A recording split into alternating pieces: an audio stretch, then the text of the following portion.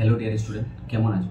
আশা করছি ভালো আছো। তোমরা অনেকে আমাকে কোশ্চেন করছো, যারা জেনপাস ইউজি এবং এনএম জিএনএম এর স্টুডেন্ট আছো, যারা 2025 এক্সাম দিয়েছো, তারা অনেকে আমাকে কোশ্চেন করছো যে স্যার কী কী ডকুমেন্টস কাউন্সিলিং সময় লাগবে।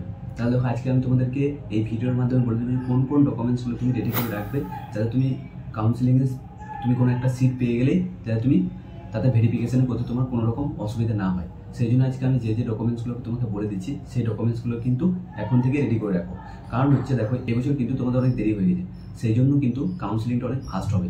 তো তখন কিন্তু তোমরা আর সেই সময়টা পাবে না ডকুমেন্টসগুলো অ্যারেঞ্জ করা। সেই জন্য কিন্তু এখন থেকে ডকুমেন্টসগুলো তুমি ঠিক করে নাও। তাহলে আজকে আমি ভিডিওতে যে যে ডকুমেন্টসগুলো বলবো, সেগুলো কিন্তু অবশ্যই তুমি কাউন্সিলিংয়ের আগে কিন্তু সেগুলো রেডি করে রাখবে। দেখো, এই ডকুমেন্টস কিন্তু তুমি যখন কাউন্সিলিং রেজিস্ট্রেশন করবে তখন কিন্তু তোমার লাগবে না। তাহলে কখন লাগবে? ধরো তুমি রাউন্ড 1 বা রাউন্ড 2 যে রাউন্ডেই তুমি একটা সিট যখন কোনো কলেজে পেয়ে যাবে, তখন কিন্তু তোমাকে ফিজিক্যাল ভেরিফিকেশনের জন্য একটা ডেট দেবে। তো সেই ডেটে গিয়ে তোমাকে সেই ডকুমেন্টসগুলো কিন্তু ভেরিফাই করতে হবে। সেই জন্য কিন্তু ডকুমেন্টসগুলো রেডি করে রাখা অবশ্যই তোমাদের প্রয়োজন। তাহলে দেখো, তোমাদের যে যে ডকুমেন্টসগুলো লাগবে, দেখো প্রথমে তোমাদের কিন্তু যখন তুমি কোনো সিট একটা পেয়ে যাবে কাউন্সিলিংয়ে, ধরো ফার্স্ট রাউন্ডে তুমি একটা কোনো সিট পেয়ে গেছো, তো সেক্ষেত্রে কিন্তু তোমার একটা প্রফেশনাল অ্যালটমেন্ট স্লিপ বলে একটা তোমাকে দিবে। তো সেটা তুমি ওখান থেকে ডাউনলোড করে নেবে। তাহলে সেই ডকুমেন্টসটা 1 নম্বরে। কিন্তু তোমার 2 নম্বর কি, তোমার একটা যখন রেজাল্ট বেরোবে তখন তোমাকে একটা র্যাঙ্ক কার্ড দেবে।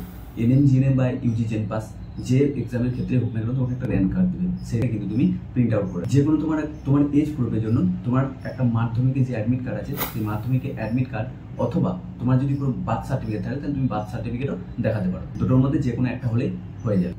এরপরে তোমরা দেখো, তোমরা যখন কাউন্সিলিং যখন রেজিস্ট্রেশন করবে, তখন তোমাদেরকে একটা ইউনিক আইডি নাম্বার দেবে। সেই ইউনিক আইডি নাম্বারটা কিন্তু তুমি রেখে দেবে। সেইটা কিন্তু তোমার ভেরিফিকেশন সময় লাগবে। সবার কিন্তু আলাদা আলাদা হবে, এটা কাউকে শেয়ার করবে না। বোঝা গেছে? এরপরে তুমি দেখো, 12-এর যে তুমি এক্সাম দিয়েছো, তার কিন্তু তোমার মার্কশিট তোমার কাছে আছে। তো সেই মার্কশিটটা কিন্তু তোমাকে লাগবে। এবার এখানে তোমাদের একটা কথা বলে নিই, যে তোমার যে অল ডকুমেন্টস, সেগুলো কিন্তু সব ডকুমেন্টসগুলোতে তুমি সেলফ অ্যাটেস্টেড করবে। সেলফ অ্যাটেস্টেড মানে নিজের সিগনেচার করবে সেই জেরক্স বা ফটোকপিতে, এবং অরিজিনালগুলো অবশ্যই নিয়ে যাবে, যাতে তারা ভেরিফিকেশন করবে সেগুলো দেখে। এছাড়া তোমাদের লাগবে, তোমরা যখন ফর্ম ফিল আপ করেছিলে এনএম জিএনএম বা জেনপাস এক্সামের জন্য, তখন তোমরা একটা মোবাইল নাম্বার দিয়েছিলে। সেই যে রেজিস্টার্ড মোবাইল নাম্বার, সেই মোবাইল নাম্বারটা উইথ ফোন সাথে নিয়ে যাবে। কারণ হচ্ছে, তোমাদের যখন ভেরিফিকেশন হবে তখন কিন্তু একটা ওটিপি আসবে। সেই ওটিপিটা আসবে, যে ওটিপিটা দেওয়ার পরে কিন্তু তোমার অ্যাডমিশন কমপ্লিট হবে। সেই জন্য কিন্তু সেই মোবাইল নাম্বারটা অবশ্যই তুমি নিয়ে যাবে, ঠিক আছে? এছাড়া তোমাদের যে ডকুমেন্টস লাগবে, আরেকটা ডকুমেন্টস তোমার লাগবে, সেটা হচ্ছে ডোমিসাইল সার্টিফিকেট।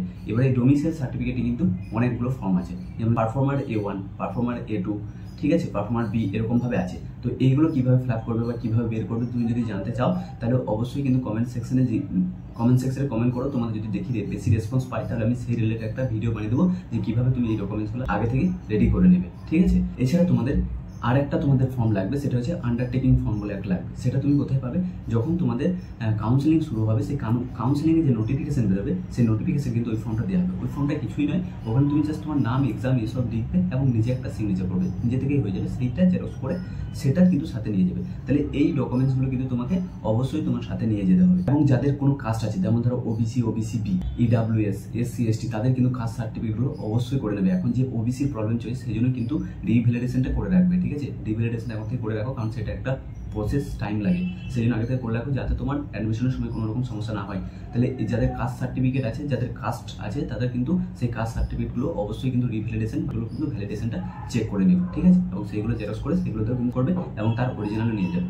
তাহলে এই যে আমি ডকুমেন্টসগুলোর কথা বললাম, সেই ডকুমেন্টসগুলো অবশ্যই কিন্তু এখন থেকে তোমরা রেডি করে রাখো। এবং যখন কাউন্সিলিং শুরু হবে, তখন কিভাবে কাউন্সিলিং করবে, কোন কোন কলেজগুলো আগে প্রেফারেন্স রাখবে, সেগুলো কিন্তু আমরা অবশ্যই গাইডেন্স করবো। তো সেই গাইডেন্স পাওয়ার জন্য অবশ্যই আমাদের চ্যানেলটাকে সাবস্ক্রাইব করে রাখো। এবং তোমাদের যদি কোনো রকম প্রবলেম হয়, কাউন্সিলিংও হোক বা কোনো কিছু জানতে ইচ্ছা হয়, তাহলে আমাদের এই ডিসক্রিপশনে আমাদের হোয়াটসঅ্যাপ চ্যানেলের লিঙ্ক দেওয়া থাকবে, সেখানে গিয়ে জয়েন করো। এবং তাহলে চলো, ধন্যবাদ। আজকে ভিডিও এতটাই, দেখা হচ্ছে নেক্সট ভিডিওতে। ধন্যবাদ।